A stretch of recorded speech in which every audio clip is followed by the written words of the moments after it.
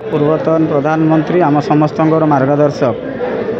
आम प्रिय नेता अटल बिहारी वाजपेयी नीति आदर्श अनुप्राणित संगठन जेहेतु तांकर जन्म शतवार्षिकी 100 वर्ष पूर्ति जन्म को से गोटे व्यापक आकार करने ओडिशा रे जयदेव भवन में जुलाई 26 तारीख दिन एक कार्यक्रम भव्य और दिव्य कार्यक्रम हाथ को नहीं जो समस्त बहुत विधायक मंत्री माने उपस्थित रहिबे एवं ओडिशार जो माने ओडिशा को सम्मान आनी दौरान ओडिशा को आगू को नौकरी से भाया प्रतिभा मान को सम्मानित करवा विभिन्न कार्यक्रम अच्छी पूरा दिन भरी चलो कविता पाठ अच्छी लेखक मानकर गोटे सम्मेलन अच्छी अतिथि एवं पर्यंत बहुत लोक जोगाजोग अच्छा आपण मैंने आगे को जानीपर प्राय समस्ते भल 13 जन सम्मानित हे 13 जन सम्मानित विभिन्न क्षेत्र कला क्षेत्र साहित्य क्षेत्र संस्कृति क्षेत्र एवं समस्त क्षेत्र 13 जन को बछाई आम गोटे कमिटी अच्छी बछाई ओडिशा जो मैंने ओडिशा को रिप्रेजेंट कर सर्वभारतीय स्तर में फेलिसिएट कर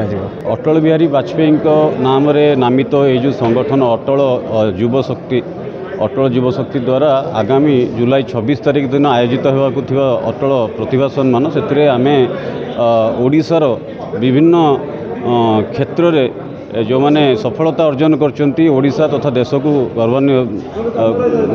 गौरवान्वित करचंती तो तांको आमे तांको किछि प्राइज दे किछि पुरस्कार दे तांकर मनोबल दृढ़ करिया सहित आगामी दिन में केमती से राज्य तथा देशर नाम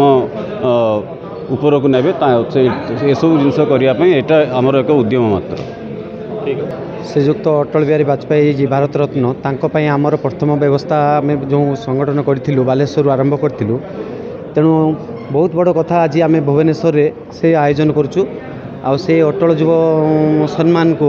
दे आमर जो सभापति जो तांकर अभिभाषण रखिले जे प्रति वर्गर लोक जेपरी कवि होंतु साहित्यिक होंतु क्रीड़ा होंतु जहाँ जहाँ विकसित अच्छी दक्षता ताकू आम यही अटल युव शक्ति माध्यम पुरस्कृत करूँ ये भुवनेश्वर करूँ तेणु यही युव शक्ति पुणी प्रति वर्ष यही वर्ष जमीक आम जुलाई 26 रखीचु कारगिल दिवस दिन प्रति वर्ष आम ताकू यही कारगिल दिवस करूँ तेणु आपण मानकर सब सहयोग और शुभकामना चाहूँ तेणु आपण मैंने सहयोग कले यही कार्यक्रम आमर प्रति वर्ष चलो जमी अटल बिहारी वाजपेयी प्रति जम भाया लोकंर भल पाइबा थिला से भल पाइबा सदा सर्वदा समस्त पाखे रहू आम पीढ़ी आपर आम पूर्व पीढ़ी भी तांको मन रखिबारे सहयोग करंतु एथिरे निश्चित भाव में अटल युव शक्तिर समस्त बंधु मान को अनेक अनेक धन्यवाद देवी जे युव प्रतिभा को प्रोत्साहन करने गोटे स्वतंत्र कार्यक्रम से प्रतिवर्ष कर आगामी जून 26 तारीख दिन भुवनेश्वर गोटे भव्य कार्यक्रम करेंगे अनेक